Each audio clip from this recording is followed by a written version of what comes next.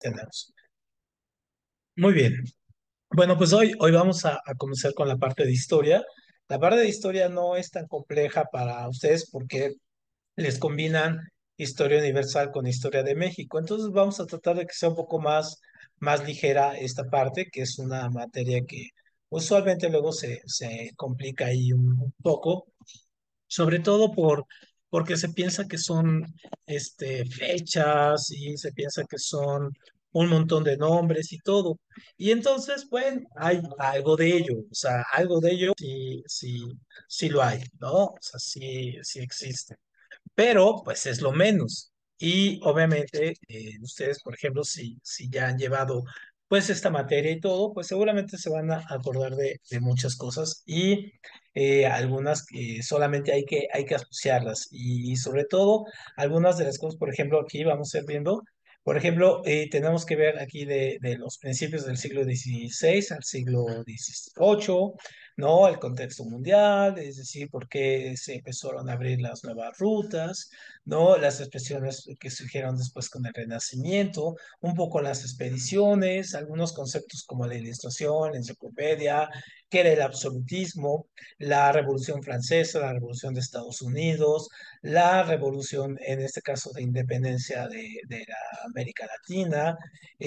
También veríamos un poco el siglo XIX, sobre todo con tres temas, que es la revolución industrial, ¿no? Las luchas de imperialismo, en este caso, y las uniones de países que se dieron, las unificaciones de países que se dieron entre Alemania, Italia, en fin, el imperio napoleónico, y después como todo eso va a traer como consecuencia la Primera y Segunda Guerra Mundial. Vamos a ver lo que pasaba entre los años intermedios, entre la Primera y la Segunda Guerra Mundial, donde nació el nazismo, el fascismo, la crisis mundial económica, el comunismo, y luego veríamos en este caso cómo el mundo cambia después de la Segunda Guerra Mundial, cómo se vuelven, hay dos bloques, el bloque capitalista, el bloque socialista, y cómo se crean un montón de guerras alrededor de estos dos bloques, y finalmente un evento que es el de la caída de las Torres Gemelas, por ejemplo, va a cambiar mucho la percepción del mundo y vamos a llegar a la etapa de la globalización, ¿no? Y también la caída del comunismo y todo ello, y ver en este caso cómo está el mundo en la actualidad, de una manera general. Entonces, solamente vamos a verlo así. Ahora, antes de verlo, aquí déjame pasar estas, porque estas no son para ustedes, las cuestiones de cómo entender aquí la historia, esta parte. Algo que vamos a ver es que no vamos a agarrar esta parte como que se tengan que aprender los datos, los nombres y todo ese asunto, sino más bien una situación de ver cómo estaba el mundo, cómo se generaron y un poco como una especie de mapa mental. Entonces, esto es muy importante para que no se saturen de información. Entonces, cuando hablamos del siglo XVI al siglo XVIII, hablamos en este caso de dos siglos que fueron muy importantes, sobre todo porque, pues aquí voy a poner un poco la pantalla, voy a poner esta para tener el mundo el siglo XVI. Estaba en el siglo XV, en este caso, 1400 esto era el mundo, ¿no? Entonces acá estaba Europa, acá estaba Asia y acá estaba la India, ¿no?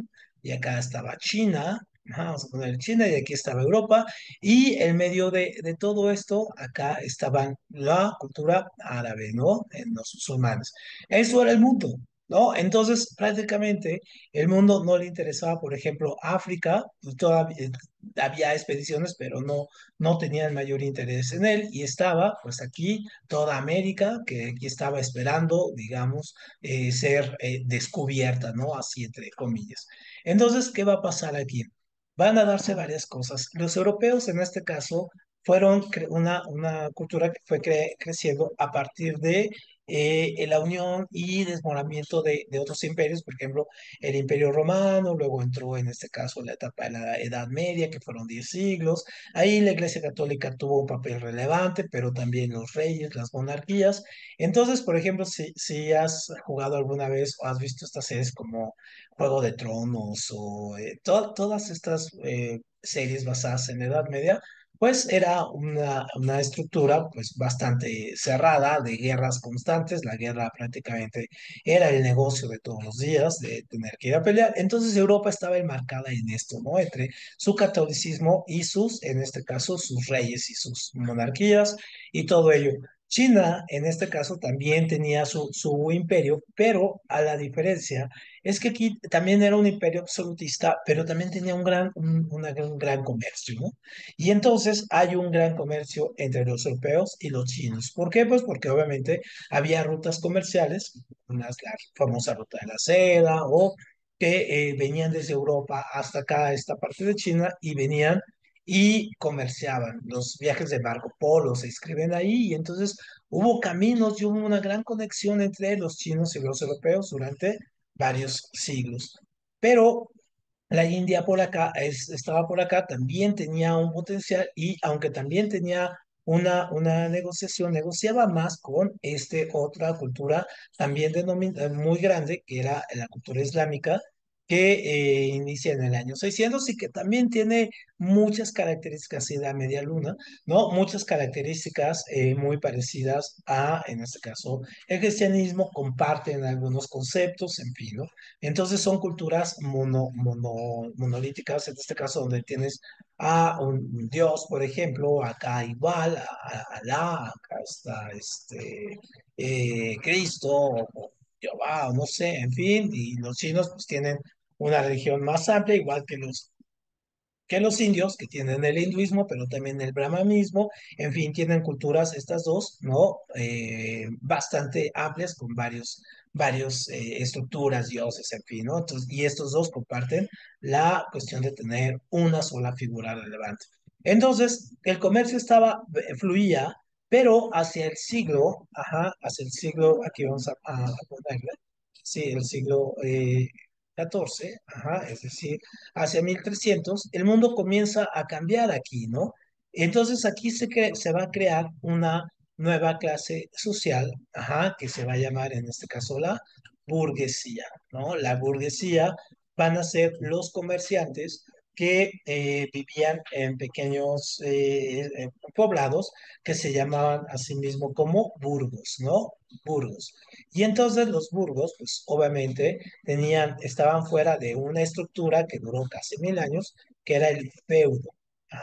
Entonces el burgo había mayor libertad de comercio, en fin, podían salir, venir, y entonces obviamente los burgueses, en este caso europeos, comenzaron a comerciar con estos y también con estos, pero también al interior, es decir, había una gran vía de comercio ahí con los italianos, ¿no? Que eran unos grandes comerciantes, los venecianos aprovechaban el mar Mediterráneo, en fin.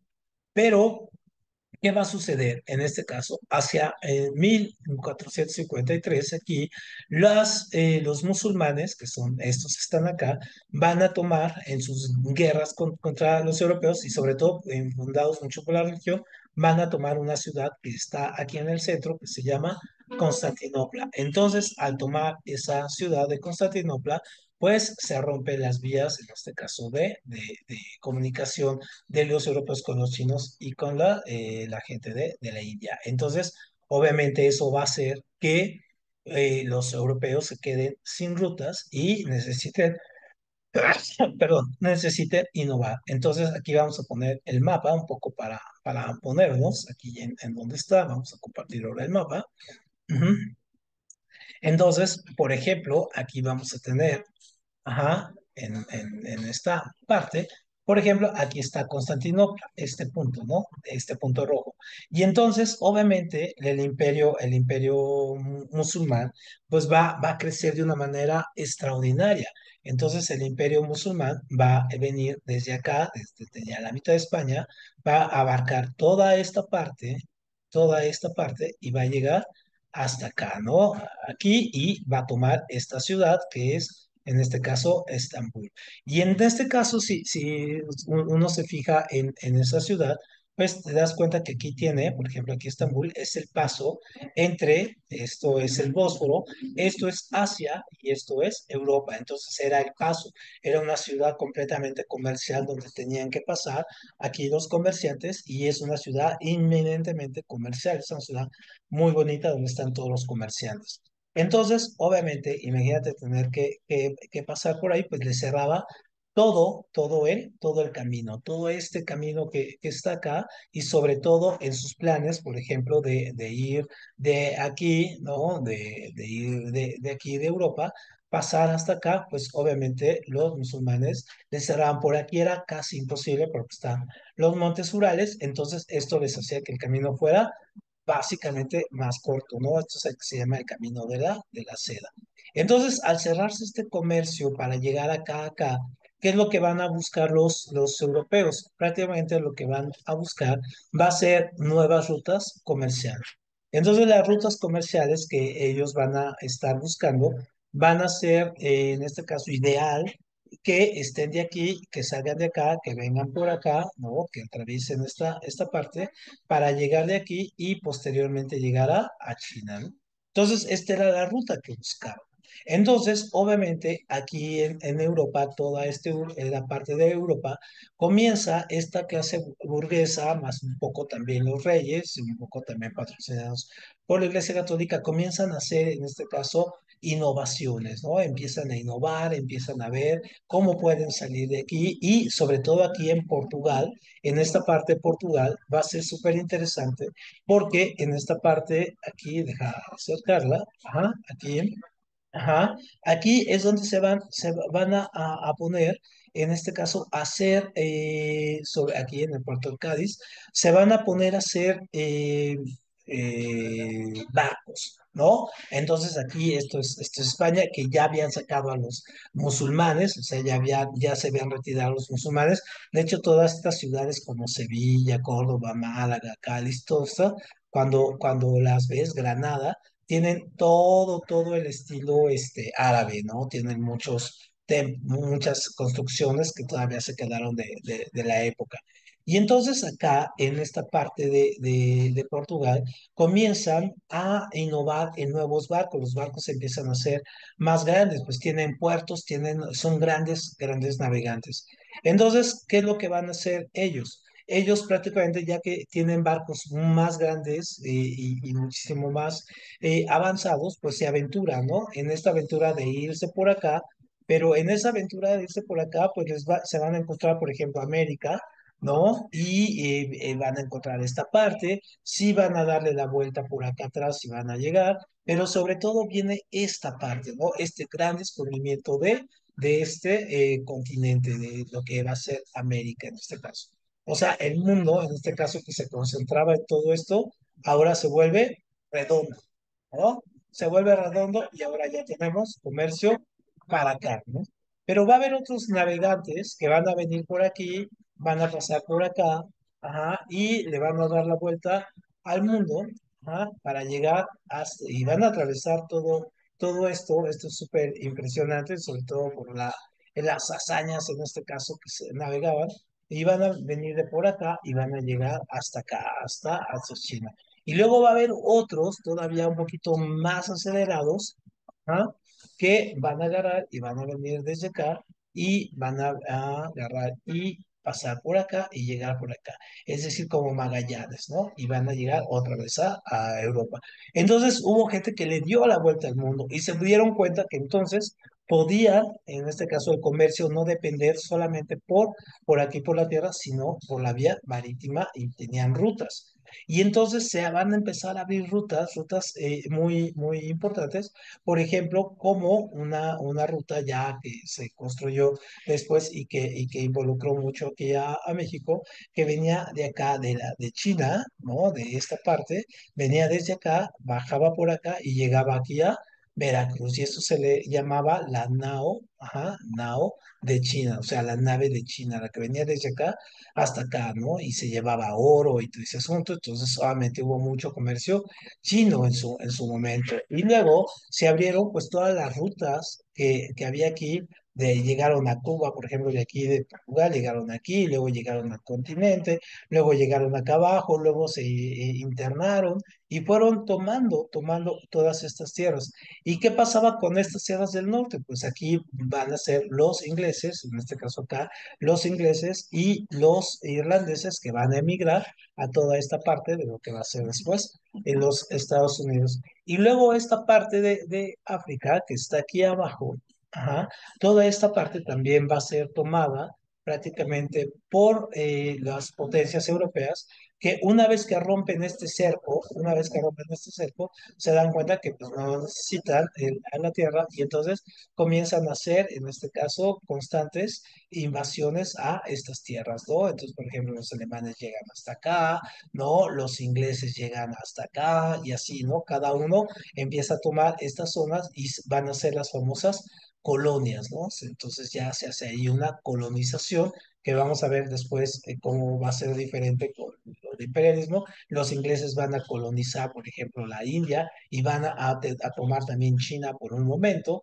Y entonces el mundo comienza a cambiar muchísimo y vamos a tener ya nuevas formas, en este caso, de verlo. No nada más ya limitado aquí a Europa, en este caso a China y acá a la India y acá con los árabes, como al principio, sino que el mundo ya se vuelve pues se vuelve bastante grande y entonces va a tener que nacer incluso hasta una nueva forma de filosofía. Déjame compartirte aquí la hoja, aquí estamos, muy bien.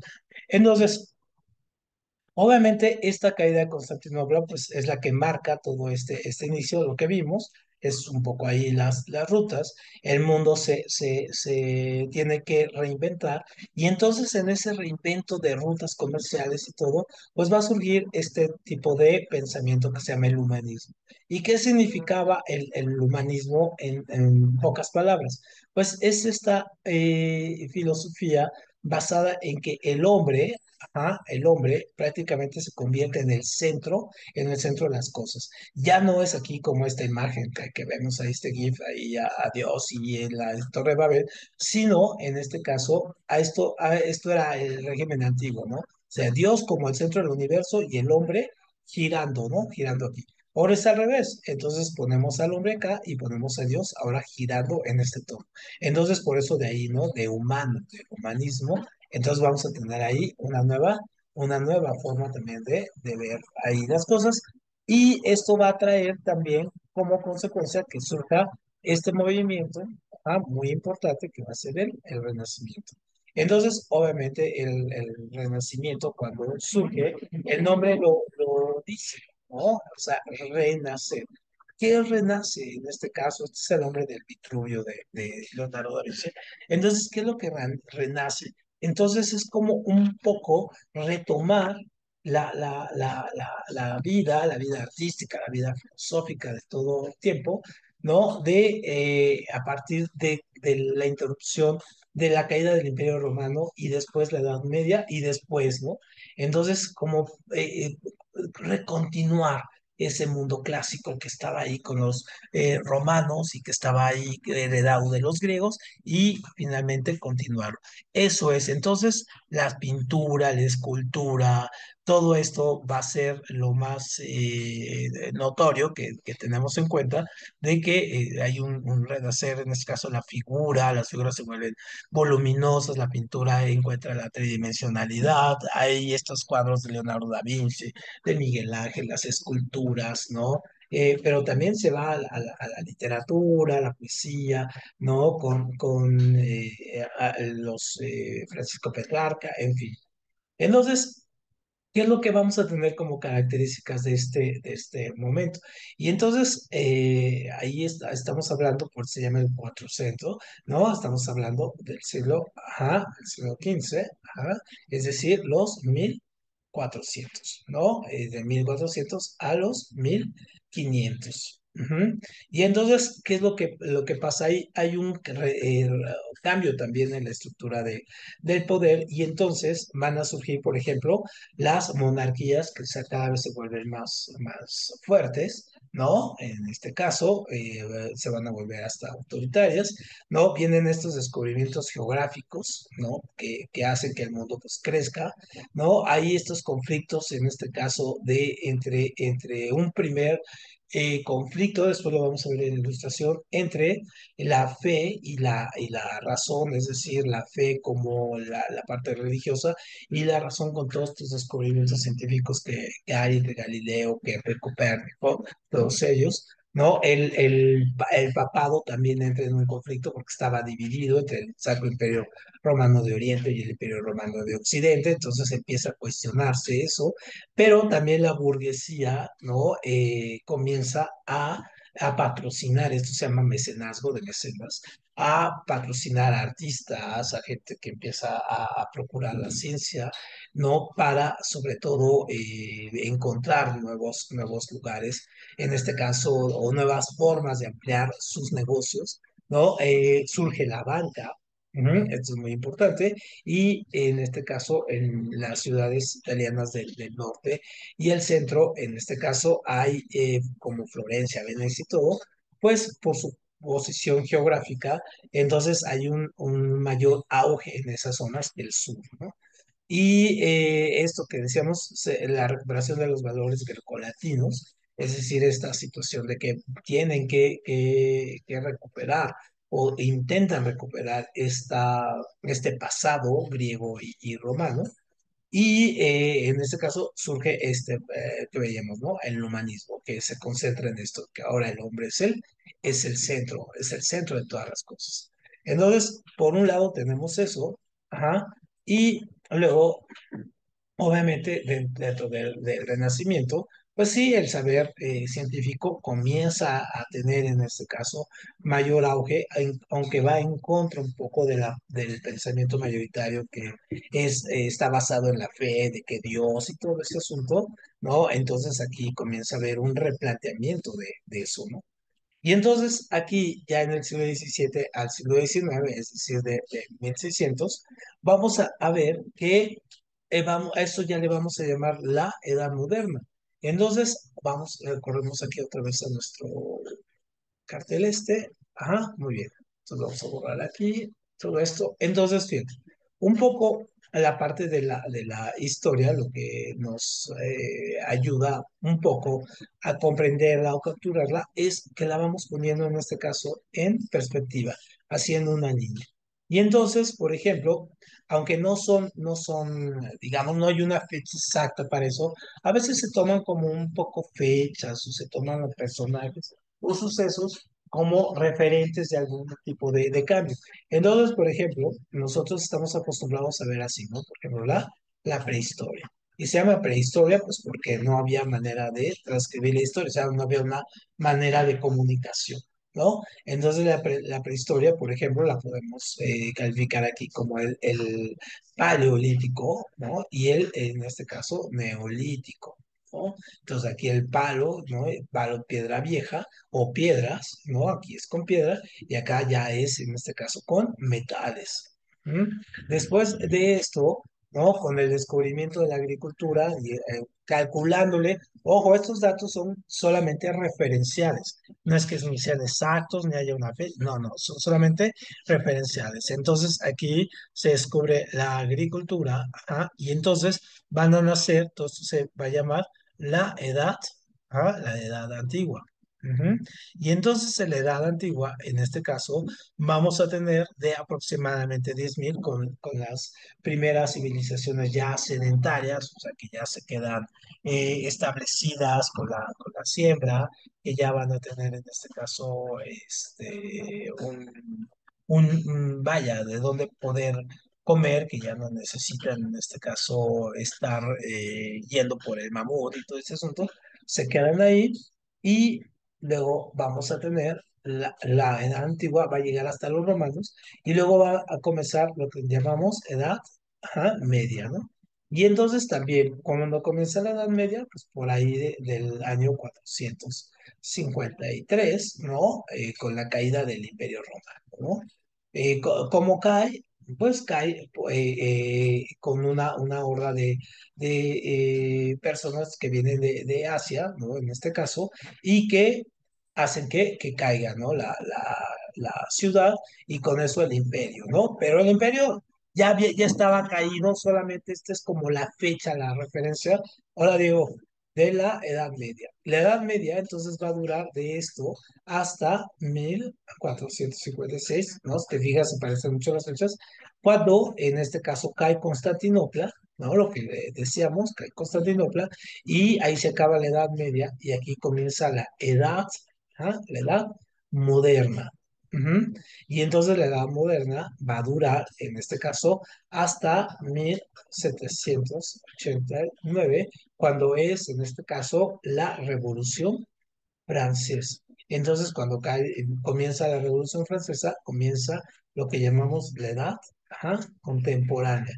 Y en este momento, por ejemplo, estamos aquí, hay una discusión, por ejemplo, entre muchos de los historiadores en pensar, por ejemplo, si ya se acabó esa o no, y qué suceso podría ser, ¿no? Entonces, algunos han sugerido en algún momento que incluso, por ejemplo, la caída de las Torres Gemelas podría representar un momento de quiebre y entonces de cambio, y entonces estamos viviendo una nueva etapa histórica como estas, ¿no? De la moderna, ¿no? La contemporánea, y esta nueva etapa pues tendría otro tipo de nombre. Entonces estamos un poco como en esa parte. Entonces, la edad moderna, que es donde entramos, aquí, déjenme traer esto acá, aquí está, donde entramos y que nos importa mucho, es esto, ¿no? Se da entre estos siglos, el siglo del quinto, o sea, con el Renacimiento hasta el siglo XVIII, con la Ilustración y cuando va a llegar esto. Entonces, es una etapa, por ejemplo, de luz, ¿no? Con el Renacimiento, luego hay un poco oscuridad con el Barroco y luego otra vez luz con la Ilustración. ¿Cómo se entiende esto? Es decir, aquí hay como un avance, ajá, de la sociedad. Luego en esta hay un retroceso porque empiezan a gobernar otra vez las viejas monarquías, y luego otra vez acá hay otro momento de iluminación donde otra vez caen las monarquías y la religión, y llega lo que vamos a conocer después como racionalismo. Entonces, aquí lo que nos interesa, no nos interesa la parte de España, aquí esto no nos interesa, lo que sí nos interesa es qué pasaba. Entonces vimos en Europa, después de la caída de Constantinopla, ¿no? Se obligan a descubrir nuevas rutas comerciales, las encuentran, también hay innovación en este caso en el mundo del conocimiento, ¿no? Con Galileo, Copérnico, en fin, todos ellos. Y entonces es el humanismo y el renacimiento, ¿no? Entonces, aquí es cuando se le conoce que nace el Estado moderno. ¿Por qué? Pues porque a partir de ahí ya van a ser nuevas reglas, tanto de administrativas como de hacer política, ¿no? Va a venir un rompimiento con la religión, en este caso católica. Ojo, esto es muy importante porque esto va a dar pie a que surja la reforma. Entonces, la reforma, que la encabeza en este caso Martín Lutero, ¿no? Así Lutero, va a ser muy importante porque los vecinos de acá del norte, los gringos, por ejemplo, son consecuencia de ese rompimiento, en este caso, que hubo aquí, y después los que van a llegar allá van a ser varios de los protestantes, porque así se va a llamar, en este caso, el movimiento protestante, porque protesta contra, en este caso, Lutero, contra el Papa que tenga todo el poder, ¿no? Y todas las interpretaciones bíblicas. Entonces, Lutero es el que inicia toda la cuestión del protestantismo, y de ahí han surgido muchas religiones, bueno, muchas fracciones de esta religión católica, como los testigos de Jehová, los evangelistas, los mormones, los adventistas del séptimo cielo, en fin, todos ellos. Y bueno, pues esto le pone en jaque, por ejemplo, y ya va a haber guerras intestinas, ajá, guerras a muerte, entre los católicos, ajá, y los protestantes, a ver quién es más puro, ¿no? Y bueno, también los descubrimientos geográficos vimos, pues ampliaron el mundo. Entonces, esto se da en la primera etapa entre los siglos quinto y siglo XVI, es decir, entre 1400 y 1500. Después, esta edad moderna va a venirse, va a empezar a entrar en crisis porque, pues porque estamos aquí en el siglo XVII, es decir, en 1600. Aquí viene una especie de retroceso. Entonces aquí regresa un poco la religión católica y los monarcas regresan muy fortalecidos y otra vez se instaura, digamos, esta corriente también autoritaria, ¿no? Este absolutismo parlamentario donde ahora los reyes pues tienen que ser de alguna manera vigilados por sus propios parlamentos, pero aún así no dejan no emiten leyes a favor, por ejemplo, de los súbditos, ¿no? Es decir, se crean ahí para estarse ayudando. Hay estas guerras de los 3 años, que son guerras, en este caso religiosas, derivadas de esta reforma, ¿no?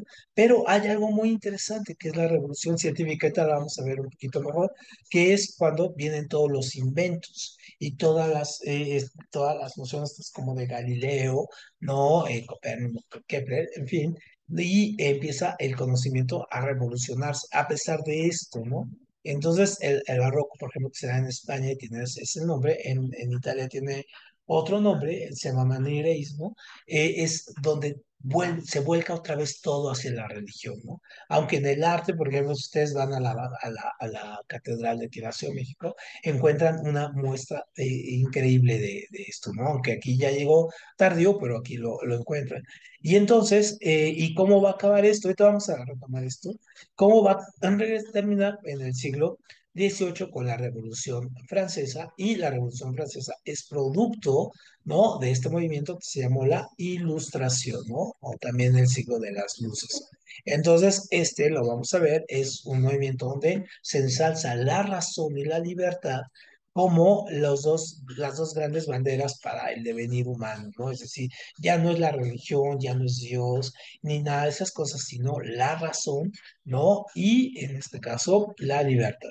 Y se va a crear un nuevo tipo aquí de poder, ¿no? Que es el despotismo ilustrado, donde los reyes, en este caso, seguían siendo unos absolutistas, pero tienen este contexto de que ahora se creen sabios, ¿no? Y vienen estas revoluciones, las revoluciones como la revolución de independencia de Estados Unidos o la Revolución Francesa o en este caso las revoluciones de independencia en América Latina y van a dar como en el siglo XIX, van a dar como resultado la revolución industrial, es decir, del cambio de producción de manual, en este caso a mecánica. Ujú. Entonces, es como nuestro mapa conceptual grande, ¿no? Aquí. Entonces ya vimos aquí los descubrimientos científicos, que los que hablábamos, estos son un poco Magallanes, Vasco de Gama, Colón por acá, que le dieron la vuelta al mundo y hicieron que se conocieran nuevas rutas comerciales, ¿no? Esta es la revolución científica, en este caso, que vino con Kepler y Copérnico. Kepler, en este caso, va a destruir el mito que decía que el Sol, ajá, era el centro y, perdón, al revés, que la Tierra era el centro y el Sol, en este caso, era el que giraba, ¿no? Aquí, porque si nosotros vemos, el movimiento aparente nos dice que el Sol es el que se está moviendo, ¿no? Y entonces Kepler y Copérnico, Copérnico es el que primero promulga la idea heliocéntrica, es decir, donde el centro es el Sol y la Tierra es la que gira, ¿no? En este caso. Entonces, Copérnico lo pone, Kepler en este caso lo comprueba y la mejora, ¿no? Entonces dice, no nada más gira, sino gira en forma, en este caso, si se fijan aquí, son elipses, ¿no? No en círculos, elipses, y todo lo que conlleva los elipses, lo que veíamos, ¿no? Como hay etapas donde está más cerca la Tierra del Sol, otras más lejanas, otras en medio, en fin, ¿no? Todas esas partes. Estos son los grandes descubridores de ello. Entonces, incluso el libro de Copérnico se llama sobre la revolución de las esferas celestes, es decir, descubre esto, que para nosotros nos parece muy obvio, pero imagínense haber vivido casi 2000 años con esta idea, bueno, pues era un poco complicado.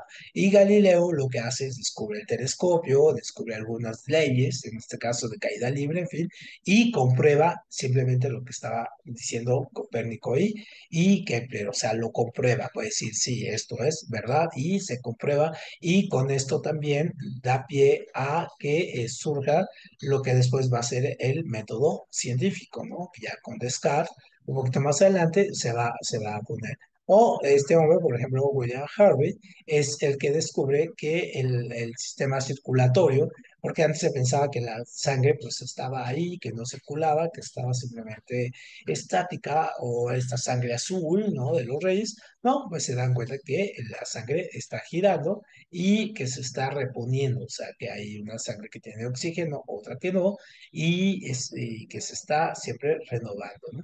Y luego va a llegar Isaac Newton, el que va a poner, en este caso, las leyes de Newton que veíamos en física, esto de la inercia, del movimiento, de la aceleración, y va a llegar y también él va a generar esta ley de la gravitación universal, donde pone este énfasis en que las leyes universales pues se gobiernan y se pueden descubrir a través de las matemáticas. Esto es bien, bien importante.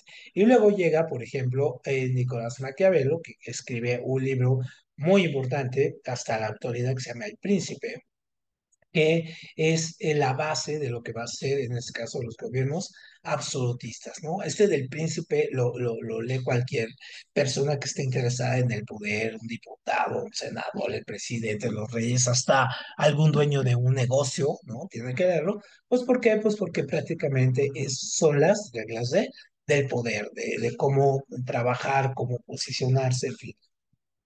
Entonces, obviamente, por ejemplo, las frases que tiene, ¿no? Es mejor hacer y arrepentirse que no hacer y arrepentirse, ¿no? O esta, el vulgo se deja cautivar siempre por la apariencia y el éxito, o esta una muy famosa de él es esta de, este, el fin justifica los medios, es decir, que si tú tienes el fin, por ejemplo, la democracia, pues no importa si matas, asesinas, en fin, para poder a ver que haya democracia no importa, ¿no? Mientras estás, en este caso, tienes un fin y como el objetivo, y entonces pues, se puede llegar por cualquier villano. Y entonces también veíamos ahorita nuestro marco que vamos a llegar y este es el momento donde inicia el cambio, ¿no? Entonces aquí en el siglo XVIII va a iniciar el cambio con esto que nosotros llamamos las revoluciones burguesas o las revoluciones en este caso del siglo de ilustradas, donde vamos a tener en este caso, este es bien importante este nombre, ¿eh? Porque este sí se los preguntan mucho, ¿no? Siglo XVIII, siglo de la luz. Entonces, y no hay que confundir, es una cosa del siglo de las luces y la ilustración es un movimiento que tiene raíces si bien en el Renacimiento, pero raíces en Europa con dos objetivos muy grandes. En este caso, hay y burgueses, ¿no? Y la burguesía.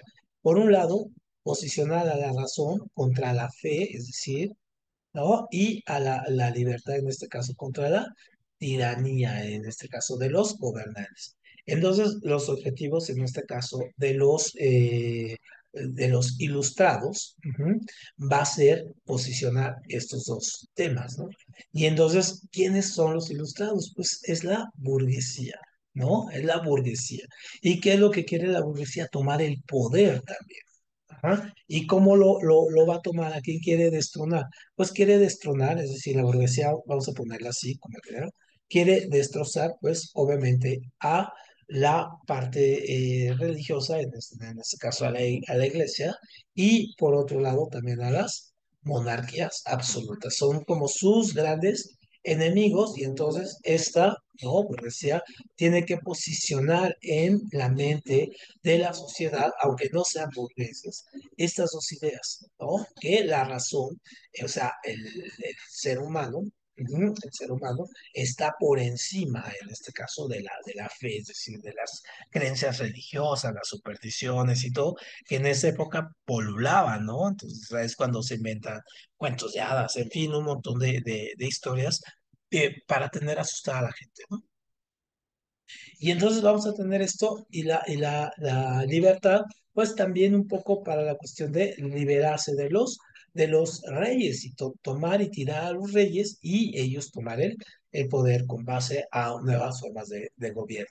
Entonces, de aquí la ilustración va a ser muy interesante porque hasta la fecha, ¿no? La estudiamos porque a la fecha vivimos la consecuencia de ella, ¿no? Es decir, todavía estamos viviendo las consecuencias de este movimiento.